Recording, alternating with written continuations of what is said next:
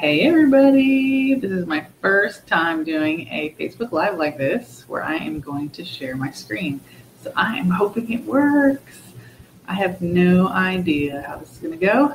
So here's hoping that it goes well. For those of you who are tuning in, watching the replay, thanks so much for watching.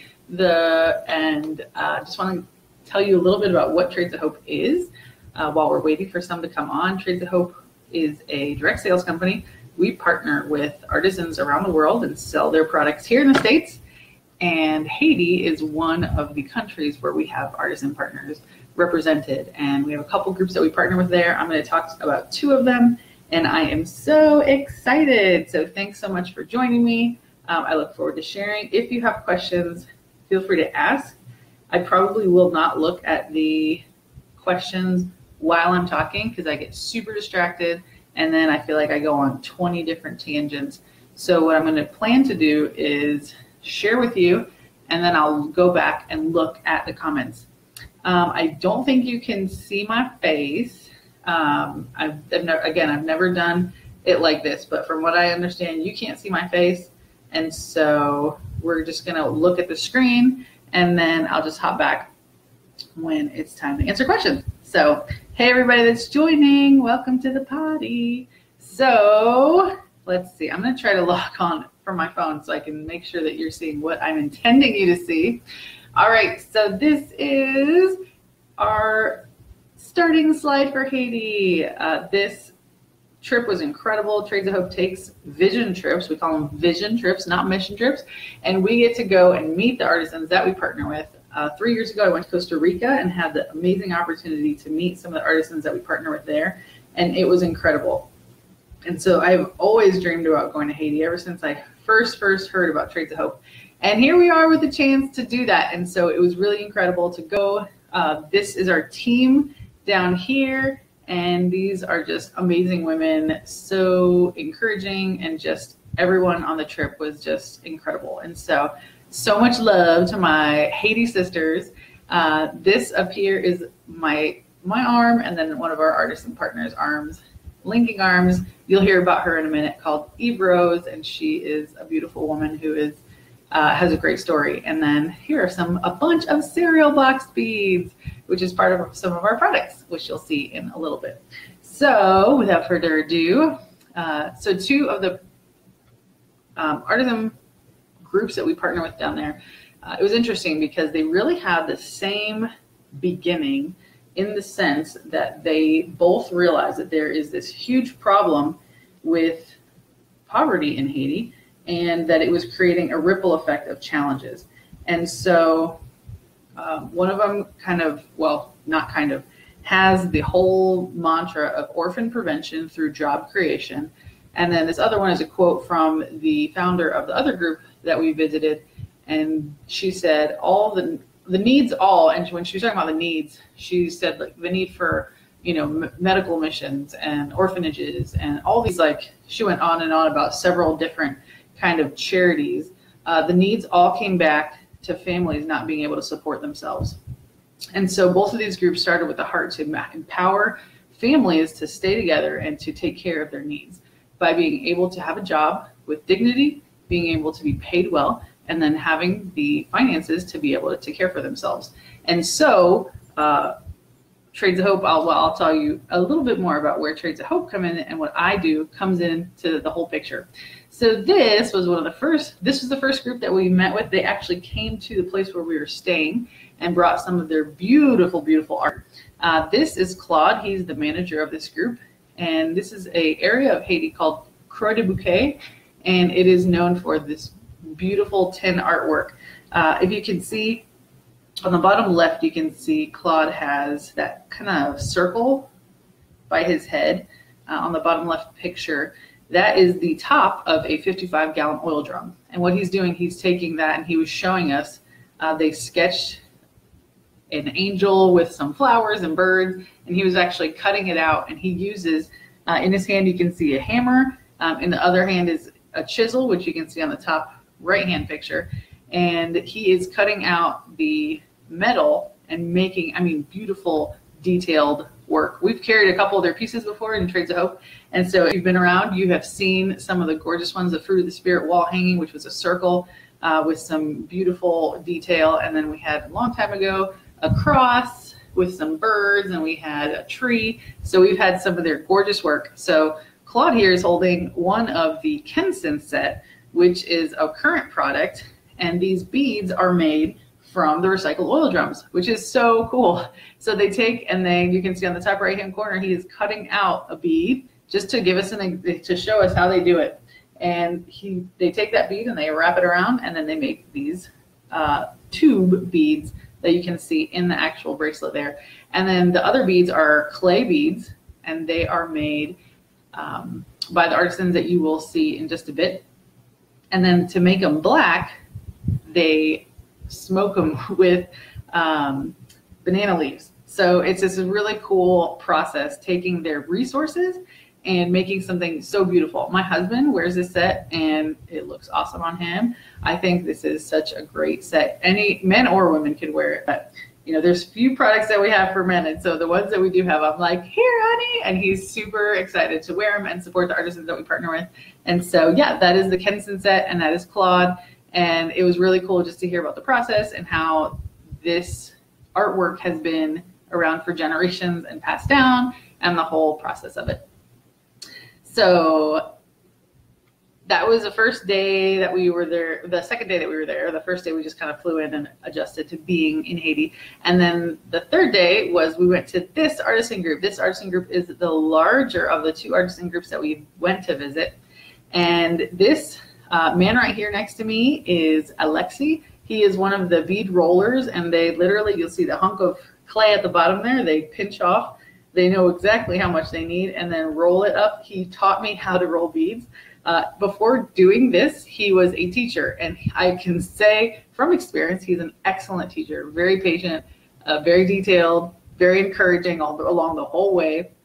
And I asked him, you know, what made you decide to leave teaching and to do this? And he said the pay is better. And I thought that really speaks to how well we treat our artisan partners and make sure that they are paid a fair wage. We always say that they are paid a wage that can provide for themselves, their families, keep kids educated. He does have one son, and make sure that they're able to provide for their needs and roof over the head, food on the table, kids educated, and all of that. So it was really cool to hear his story and how he is just really enjoying being part of this group. And I can't wait to just see his journey as he is an artisan for longer. And I have no doubt that one day he'll be a trainer and will rise up, because he just has so much skill in teaching and all of that. So that's Alexi and our bead making journey. I did not make all those beads, although he did have me make 10 circle beads, 10 square beads, and then we got started on the star beads, and we only made like 3 before we had to switch stations. But it was such a fun time to be able to learn from him. So this is another one of the artisans that we partner with. If you were keeping an eye while I was doing the updates, you saw her. This is Monette, and she, the top picture up here with all of us walking across that bridge, that is us going to a little area where a lot of the artisans live, and we went to visit them in their homes. And it was such an honor to be able to be invited in. Monette was not home when we first came around to her house, but she heard that we were there and she came running, and she was so excited. At first I was like, oh, she's not home. So I felt a little bit weird that we were there, because I was like, Arr. But when she found out she was there and she got there, she was giving us hugs and was just so proud of her home and to show us, because you know, a lot of the artisans that we partner with have really come from, I mean, really, really hard situations. They've been homeless, they've been living in tent cities and just other challenges. And so, you know, to have these homes that are made from concrete, and, you know, you can't really see, but Monette's floor is tile, which is a big deal. And she has, again, you can't see it in the picture, but she has a China hutch with China in it, which is like a really big deal also in the culture. And so it was just amazing to be able to meet her in her home, to see her, to chat with her there. And then the next day so this was Sunday that we went to her home and to visit some other artisans' homes and just say hi and to see, you know, to see them in their relaxed environment. And then the next day we were walking through, and the picture right in the middle of us two, we were walking through, and she says, oh, I look up and I hear, Veronica! And I was like, Monette! And so we recognized each other, and it was so fun to just be able to snap a picture together. And then later on, I scooted over and asked her if I could take a picture of her working.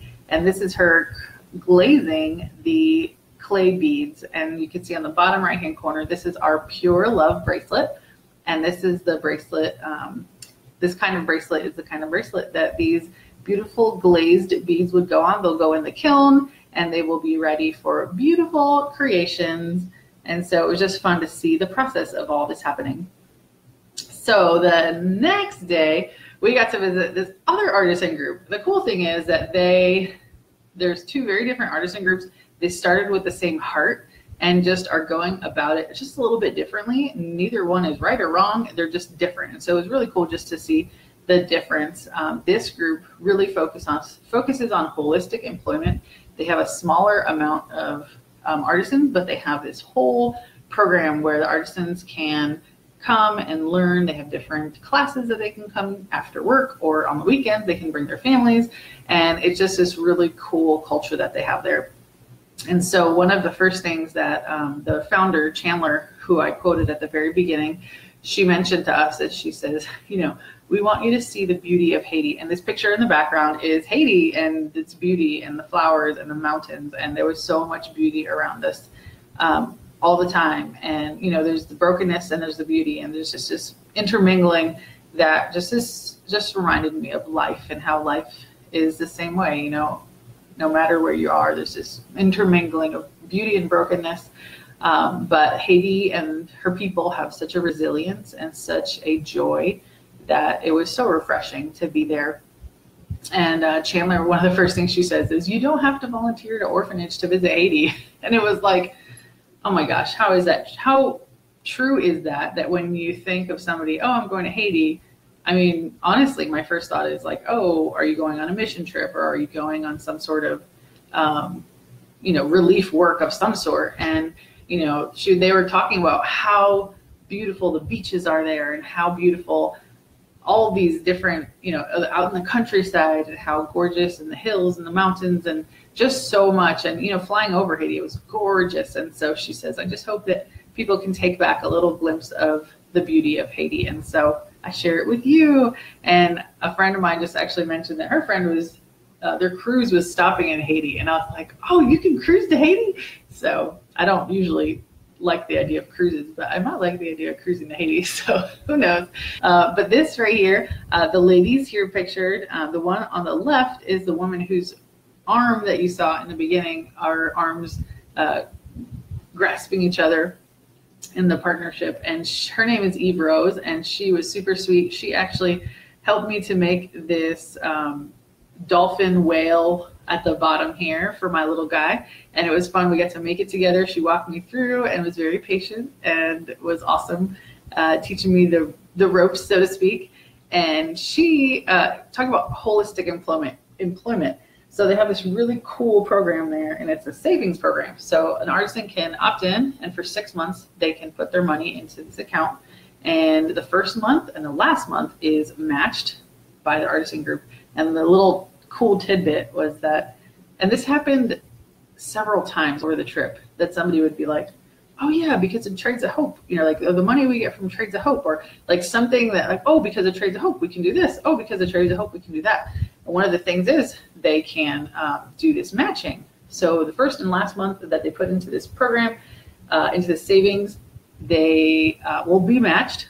And so the cool thing was Eve Rose had been building a house, and in Haiti, a lot of times they will build a house bit by bit. And so they'll buy some bricks, or they'll buy some material, they'll build what they can, then they'll wait, then they'll build what they can, and then they'll wait. And so Eve Rose had a house that was unfinished, and she was living in a place where she had to move. And so it ended up timing out perfectly, where her 6 months came.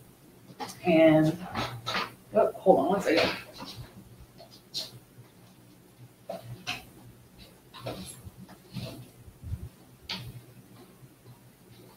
Sorry about that. My battery almost died. So the timing worked out perfectly where Eve Rose was able to take the money that she had saved and use it to finish her home. And now she lives in that home, and it is creating just this beautiful stability for her and security. And so I love that. I love her joy and her gentleness. And she is part of the sewing team, and she is part of making the Chandler bag, which you see there next to me. That is one of the products that this artisan group makes. And so beautiful leather and canvas bag, and that is one of our current products as well. And on the right here, you see their values. And I saw this banner and I was like, that's amazing. And I thought, I want to have one in my house. Like just respect, humility, community, discipline, quality work, social engagement, teamwork. I'm like, that is exactly the kind of place that I want to work, that Trades of Hope is. Like, that's who we are as a company. And so this group just fits right in. Another couple guys that we met at this place is on his name tag says Boss Andre, and this other guy's name is Jeff. So the gentleman on the left, he is a master craftsman in bone and horn work. And so our Max Anset, which you see on the left there, which is one of our current products, new in the spring line, he's one of the artisans who creates this product. And he told us about his story, how he learned from his uncle and how he's been doing this for years and years. And it was just so cool to see how he has trained up people, to hear about their story of resilience through the earthquake and all that they had to go through. And it was really cool to just see, like, wow, like this is one of the people that is part of making these pieces specifically. And then Jeff is an aluminum artisan. He started out, he learned from his dad, and has a great story. You will hear more about Mr. Jeff when it comes time for the summer line, because this beautiful artisan on the bottom right is working on a super top secret product that will be revealed in the summer. I will say no more. All right, so this is a picture. This is Chandler. She's the artisan group founder. She and her husband founded the group, and she's one of the leaders. And she is there introducing us to some of her team of leaders. I love that they have this heart for developing leaders in this group. And it was so beautiful. So I wanted to definitely point out to you not only the leaders, which again, this is only some of them, but the top there shows, you can see it says new rooftop gazebo. So this is, and I don't have a picture that really shows you the size of this thing, but it's probably about 3 to 4 times bigger than what you can see from this picture. And this was another opportunity, not opportunity, but another time where I heard, oh, because of Trades of Hope, you know, the money that we get from Trades of Hope. And I'm guessing it's we have a Gifts of Hope program, and that is where 10% of our net profits are given back to artisan groups and organizations that are doing meaningful work around the world that partners well with what we do. And so some of that is used to fund schools. Some of it is used for organizations like IJM and A21 and all these different amazing things that we're doing. And so my guess is, and I have not confirmed this, is that that is part of that money that is being used for that. But either way, it is an amazing opportunity because now the artisans use that space. There's a bunch of benches up there. As you can see, there's a whiteboard, and they have English classes up there. They have all these different classes up there. And then on the other side, there's actually a garden, a community garden that they're learning about sustainable gardening through an organization called Harvest 107. So many exciting things going on there. They do so many amazing things through this group. They focus on character.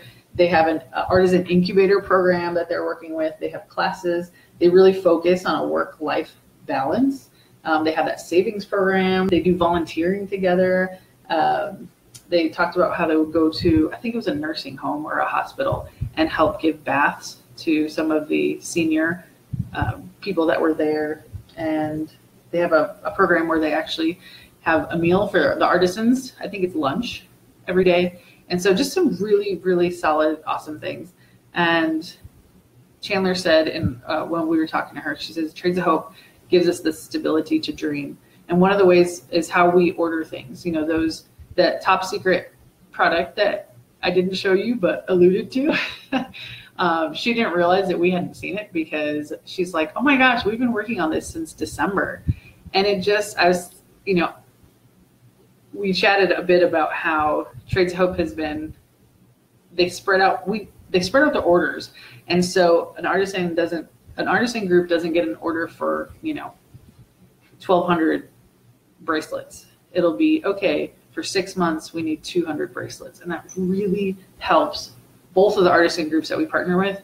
We're speaking so highly of just that process alone. And it was great to hear from the other side, just, both of their groups were just raving about how much they loved working with Trades of Hope, how consistent, how stable, how much integrity Trades of Hope has, and just all these beautiful things. So she said Trades of Hope gives us the stability to dream. Thank you for fighting for us. Chandler really acknowledged. She's like, I know that being a compassionate entrepreneur is hard, and you have to go and ask people to have parties and, buy things. And I know that can be really hard. And it was like, some days it is, but the joy that we have in knowing that these are the people that we're fighting for, and these are the faces that are behind what we do, is such a beautiful, meaningful work. And so that leadership development was really encouraging. So, those are just, we were there for 5-6 days, and that is just such a teeny tiny snapshot. But I wanted to keep this short, I wanted to keep it sweet, and I wanted to keep it really to the point. And the point is that we are changing lives. Callie, who's one of the leaders of the artisan group that we went to, that first larger one, and she said, the first night we were there, actually, we were having dinner together, and she said, you know what, and this is, again, in passing, it wasn't like an official spiel, it was just, we were sitting down eating dinner, and she said, and I jotted it down because it just was so like, okay, this is it. She said, we can make the most beautiful things, but if no one sells it, it doesn't matter. And it goes right along with Rose in the middle there. She is one of the artisans. Well, they're all cross-trained, and so they do a lot of things, but she mainly, and this day, was doing beading. So she made me that beautiful bracelet, which was such a surprise. I almost cried. But she said, we're happy to see you because you give us orders to work on, and that helps our families. And it was just such a, it was a connection. It was a connection between, me asking people if they want to be a compassionate entrepreneur, and they want to do this as a business, and then they want to do this as a way to make money for their own families here in the States. Asking people if they want to host a party and spread the word and get some free products for themselves, and and shopping, and just all these things of asking and looking for partners and looking for people that have the heart for this kind of work. It is connecting all those little tasks and all those little simple things with these men and these women and these children and these families, and this life and education and orphan prevention, and just these meaningful things that are things that I want to be part of. Widow care and all of it. And then realizing that this is just one country out of the over 17 that we partner with. And every single product that we have has a story. Every single product that we have has a person or people behind it who have made it. It takes over 20 people to make one of those cereal box and clay beads. That's over 20 jobs that it creates in Haiti. It's over 20 families that it's impacting. And, it's hard sometimes to come up and say, like, hey, you want to have a party? Or, hey, do you want to, buy these beautiful things? And really it's not hard to ask that. It's hard to connect. Like, I know it just feels like shopping, but like, you're really changing lives and you're really making an impact. And so I hope that this has given you a little deeper appreciation for, probably if you're watching this, you've at least shopped, or you've hosted a party, or you might be a compassionate entrepreneur. I haven't seen who's on here yet, but I hope that you just have it deeper in your heart and have more of an excitement for what you do, because it is impacting lives. And you know what? If you haven't, if you're not a compassionate entrepreneur, I hope that you'll consider joining us, because we need more voices. Jenya here on the bottom right-hand side, if you've seen our promo video, you'll recognize her name. And she, when we asked her, we were talking for a while, and we asked her, is there anything you want to ask us or tell us? And she said, just more work.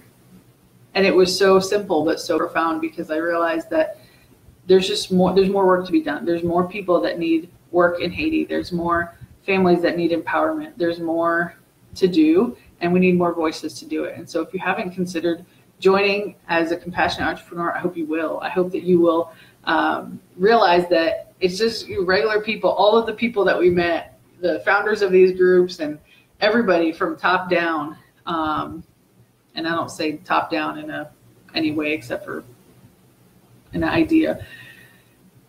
Everybody's just regular people, just putting one foot in front of the other, trying to do the best that they can with what they know and what they have. And I hope that you'll join us. I hope that you'll join us. And if not, I hope that you'll host a party and spread the word and get the word out, because there's people that are just wanting more work. They want to put their hands to work so they can provide for their families. And, you know, when it's time to shop, I hope that you'll consider Trades of Hope first off, whether that is for Mother's Day coming up, birthdays, holidays, all the things. And then I just want to leave you with this thought. What will you do with this one beautiful life? And whether that, you know, this goes outside even Trades of Hope. I have this hope and this passion that we can ignite our hearts and not live in a place where we are numbing out, whether that is, gosh, there's so many things we can numb out on, whether it's food or Netflix or wine or whatever it is. I hope that you will take the time to engage in your life, because there are things, beautiful things that are put inside of you that only you can accomplish in this world. And so we need you engaged. We need you living your life with passion and with purpose. And so I hope that this just encourages you to, you know, maybe break out of that thing, whatever it is that's kind of been stirring in your heart. I hope that you'll take a step in that direction and empower those around you with whatever gifts that you've been given.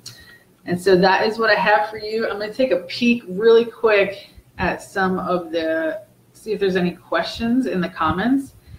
Feel free to hop in. Oh, good. I'm glad you can see the slides. Hey, Shelly.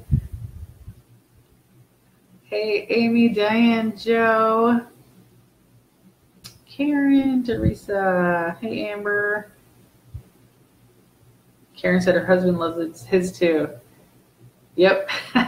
Every time I take my kids and bracelets to the party, he's looking for them. Awesome. Let's see. Is it bad that I want to spend a day laying on the beach while I'm there? No, Emma, because that gives you a chance to enjoy the beauty of Haiti and share about it. That is not bad at all. Karen went through Royal Caribbean. That's awesome. That's good to know. Oh, yay. All right, let's see. I don't see any questions. All right, well, feel free to share this. If you know anybody that would like to know more about Haiti and this trip, yeah, this is available. And so thanks for tuning in. And if you have any questions, let me know. Oh, you know what? There was some questions on my wall. I'm going to try to pull those up real quick so that I can answer them, because that's why I put that question there. I forgot. I meant to go back earlier today and check it out. Please hold. All right.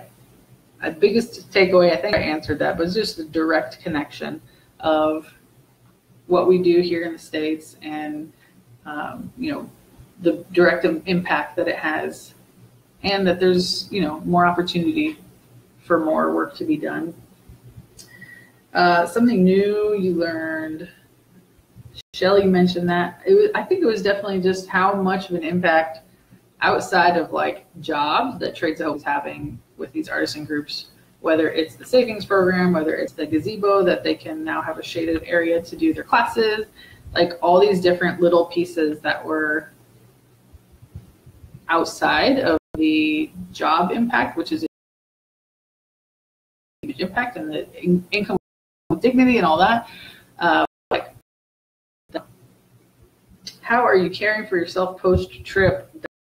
A great question. So the team here, we've been talking a lot